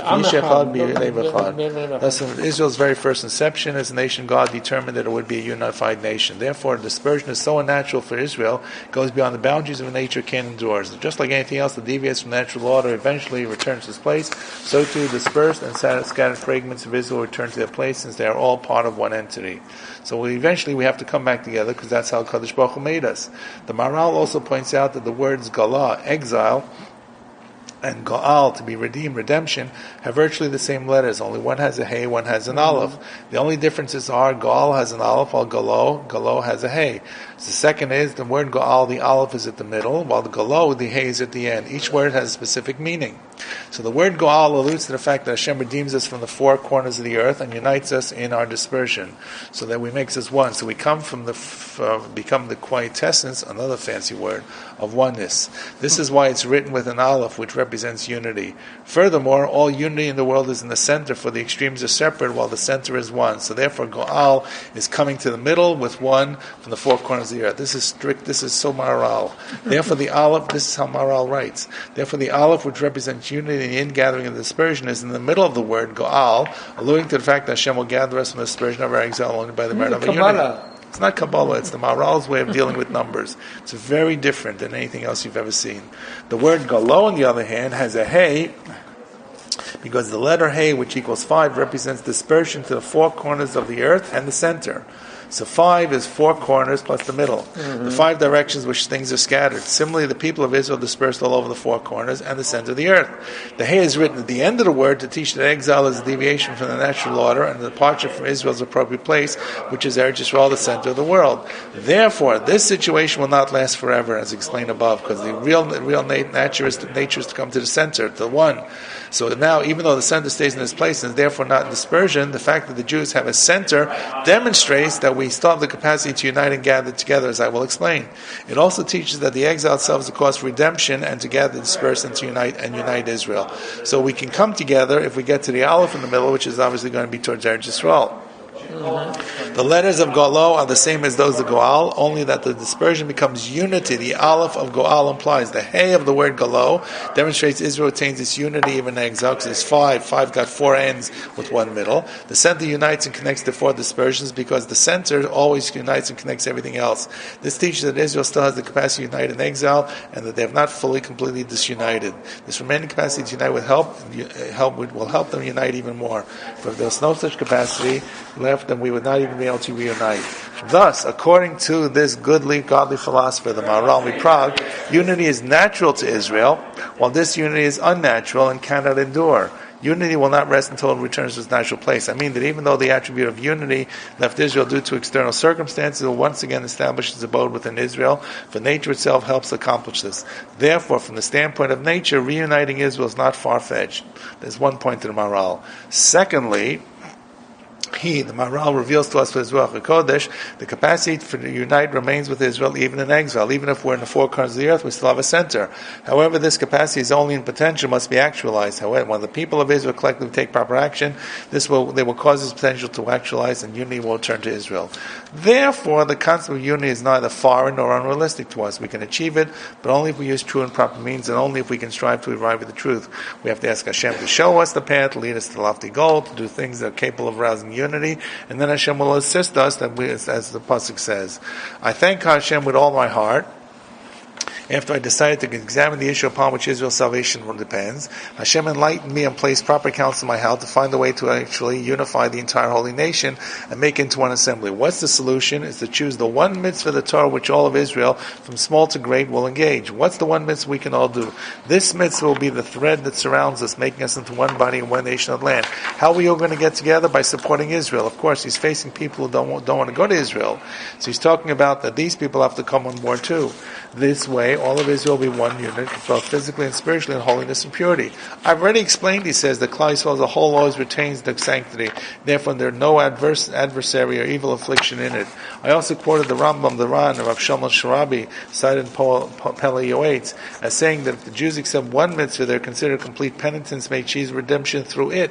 And Chazal say this clearly: anyone who performs one mitzvah will receive goodness and long life and will inherit the land. This refers to an individual. Certainly, then, if the masses perform one mitzvah altogether, the effects are immeasurably great and will give rise to the above mitzvah. Right? So therefore, what's going to bring us all together to come together in Israel much stronger and so forth? And I believe which mitzvah is it going to be?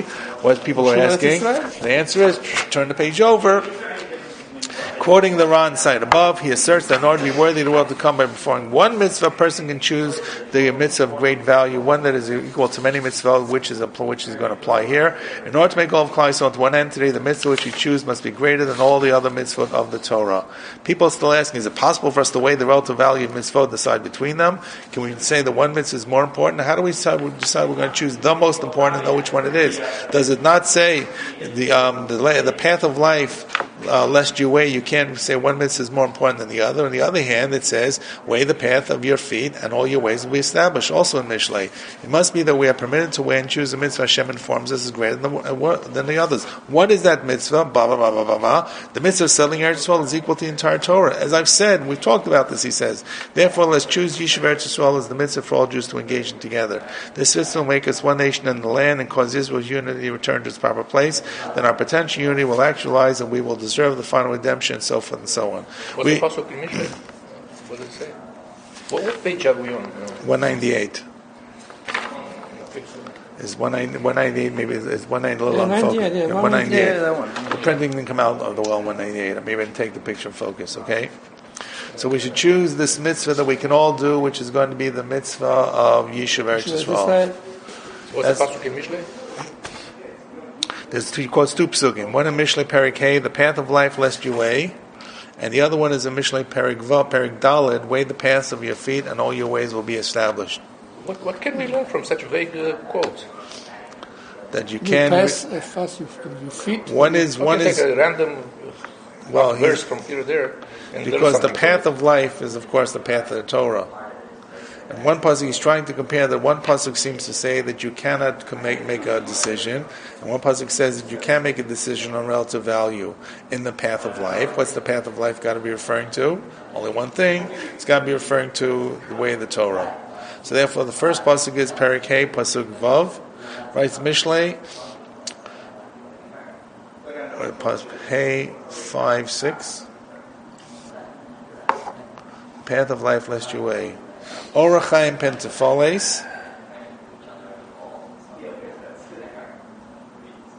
Orachaim pentafales. What's that? Not to waste. She does not chart a path of life.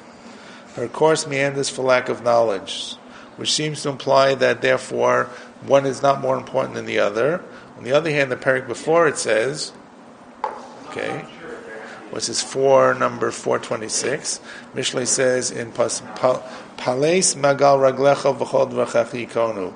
Pales, survey the course you take, and all your ways will be prosperous. So one pasuk says Pales Magal Raglecha, and one pasuk says Orachaim Pentafales.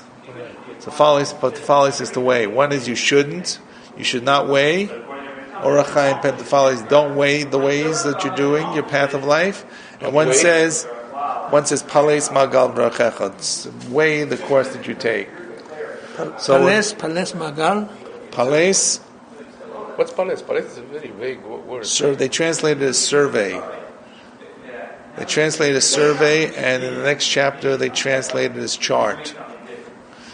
So in other words, he's using this as one place it says you can't decide which way to go, and the other side says you can go. He's using this more as an analogy that sometimes you can make decisions, sometimes you can't make decisions, and he's taking this to talk about values in life. What would be life that's most important? Torah. I'm not going to make a big deal about it. I'm a mathematician.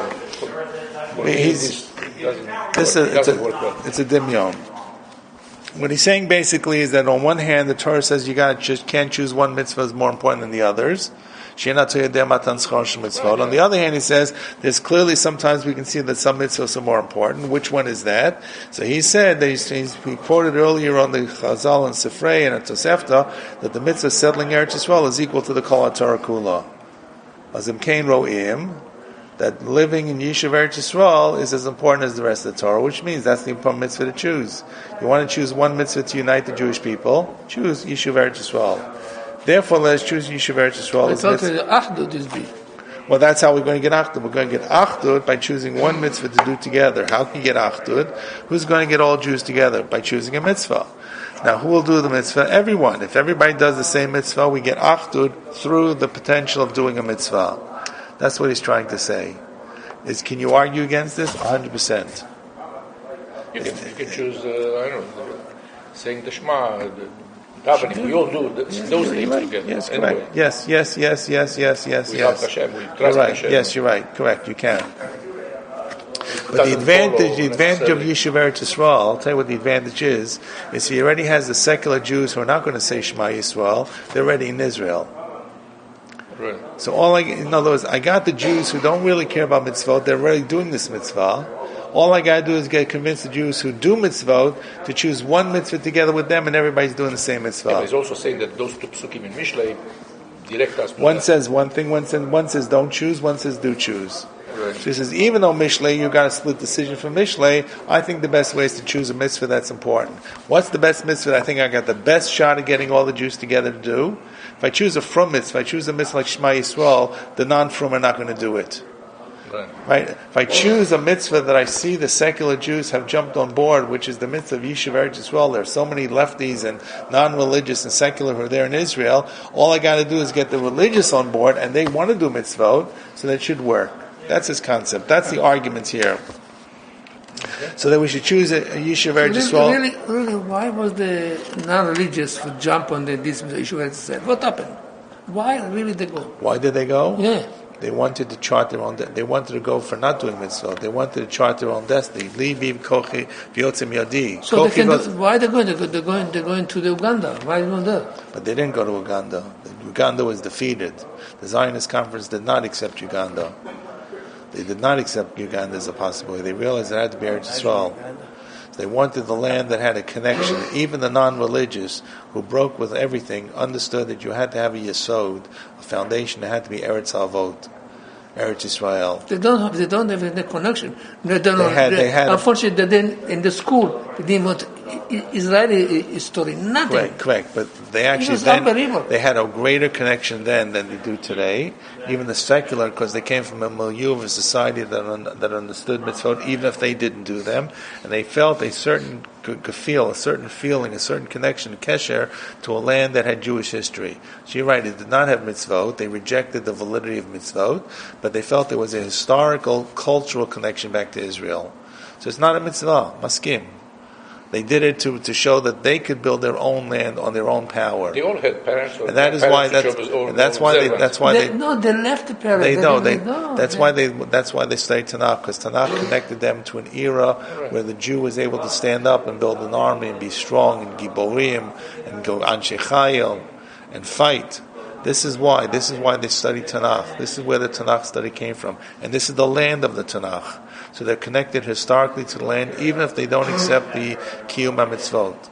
But Very even the basic. Shomer HaTzair and all that, they were only one generation away from the Yes, observant correct, right, generation. that's right.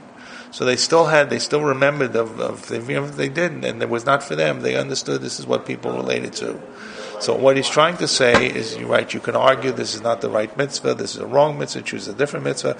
He is trying to find a way. He feels there's a power of the unity of the Jewish people. Everybody feels there's a power of Achdus.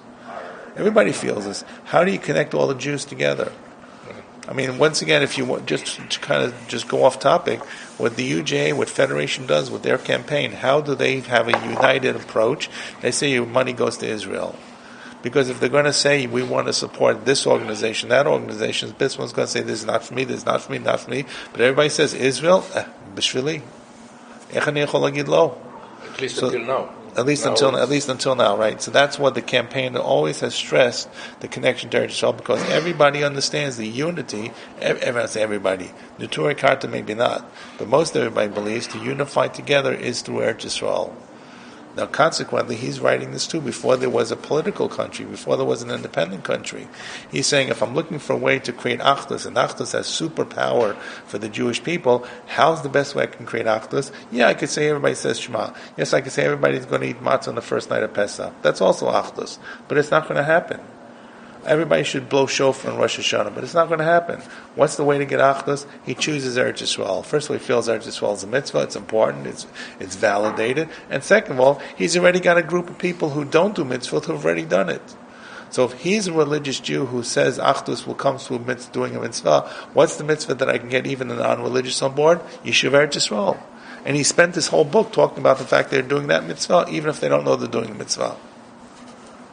Okay, So it's like turns it on its head with the Satmar.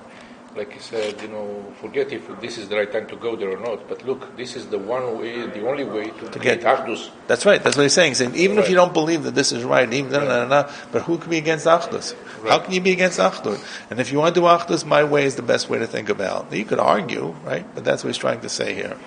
So, in other words, what he's trying to say is by doing the mitzvah itself, we're trying to kind of bring the people together with Achdud. Okay, let me try to finish. I want to do Nun Tet and Samach Aleph. Okay, so I can finish this point to the bottom of the next page. I think that's because the next page is a very different topic. How far does the handout go? Yeah, the bottom of page 199 goes to another topic. So furthermore, we should choose the positive commandment. So we should choose the positive commandment of Yeshiva Eretz Yisrael not only because it's equal to all the other mitzvot, but because those who dwell in Chutz La'aretz cannot become one nation without it. So now he comes in one step. If you want to be one nation, you got to live in Eretz Yisrael. The holy author of Sefer Haridim quotes the great Tanner of Shimon Bar Yochai, who says we're in one nation only in Eretz Yisrael. So he's saying something else now. To be Achdus, to be an Achdus of the nation of Am Yisrael, you have to be in Eretz Yisrael. Thus the verse says, Mikam Yisrael Goyechad Ba'aretz. So the pasuk says, Mikam Yisrael Goyechad Ba'aretz, in the land. Understand? What is that verse from? Shmuel Beis. It's, I don't know where in Shmuel Beis. Understand this literally, we become one nation only in the land. This is impossible to attain the status of one nation in Chutz. So one, he says, people are doing it. Second of all, if you want Achdus, you got to be Achdus only Am Yisrael, Eretz Yisrael. Right? Of course, you're going to Am Yisrael, Eretz Yisrael, and the rest should say Torah Yisrael. Mm-hmm. Besides this, Rabbeinu Chaim, the brother of the Maharal in Prague, right? This is the brother of the Maharal in Prague, Rabbeinu Chaim, who might maybe give the name to the Torah Chaim, which is, Derech Chaim, which is the name of the Maharal's commentary on Pirkei Avot, writes that if a person constantly anticipates immigrating to Eretz Yisrael, setting his eyes and his heart all the time, he's considered as one who resides there. So even if you want to do it and you can't, it's kilu like you did. And Chazal say that the people who die outside the land of Eretz Yisrael will be resurrected only after suffering the pain of rolling through the underground tunnels in the time of Tchias HaMesim. Rav Chaim explains, Rav Chaim, the brother of the Maharal, explains that this refers only to those who don't cherish the land. However, those who cherish the land and anticipate redemption will not after their death be separated from the holiness that was engraved on the tablets of their hearts during their lifetime. Where does he take this from? Sefer Gula of Yeshua, Sefer Chaim, okay? The Mabir Chasam Sofer and Tashbetz concur. In any event, those who cherish the land and strive to enter it are considered as if they live there. Thus, when we engage in building and settling the land, we're considered already there. So he says, A, to do Achdus, you need to be in Israel. And second of all, if you think about going to Israel and you can't get there, it's like you're there already. So thus, when we engage in building and settling there, we're considered already there. Therefore, we actually attain the status of one nation, even in Chutz La'aretz. From this, we may conclude that any mitzvah of the Torah other than settling the land is completely incapable of making us one nation, as I explained. And therefore, I was correct when I said that we should choose specifically this mitzvah only. This mitzvah I wish to unify, assemble, and weave the entirety of Israel together. Then, with God's help, we'll achieve the sacred goal to elevate our pride. Number Samach. My brother, do not make. He only brings a bill of this. Do not make light of my assertion that our salvation depends solely on unifying Israel. That the only way to attain this is by weaving the entire nation together through the settlement, the building of Israel. And he proves it, but the short version leaves this out. But then he says this actually happened during Ezra's Aliyah. The people joined together as one for the purpose of building and ascending to the land. The verse thus says, the people gathered together as one man to Jerusalem, at least his group, and we together will build for the Lord our God as King Cyrus has commanded. The Ibn Ezra comments there, we together salute the entire congregation of Israel. I'm not quite sure why, because not everybody came with Ezra. Thus all the Jews who returned with Ezra joined together, even though some were very, very wicked. But what made them join together unified them going to Israel. But wickedness is not recognizable in the Jewish collective. This merit of unity helped them defeat the adversaries of Yehuda ben Yamin, the indigenous people, the neighboring Gentiles who wanted to stop them. Had all of Klal Yisrael joined together, the eternal redemption would have ensued, as I demonstrate above. At any rate, we see that they successfully reestablished the Beit Mikdash only by joining together as one man with one heart for the purpose of building land. Therefore, we should do the same to fulfill Hashem's desire, and we'll be able to build the land of Eretz Yisrael up. So in other words, what he suggests is by coming together, we're able to build the people together. Okay? And that'll even take us up this piece. Yes. All right. That takes us up. Means very clear. Sorry? Very clear or easy to understand. Lucid. Lucid, super lucid. Yeah. Right. Super lucid or easy to understand. Excellent. There was another tough word that he used. Another unusual word that he used, which was quintessence. Yes, that's more common. It's more common, but it's not common for him to use. Pellucid. Pellucid. It's different. It's different.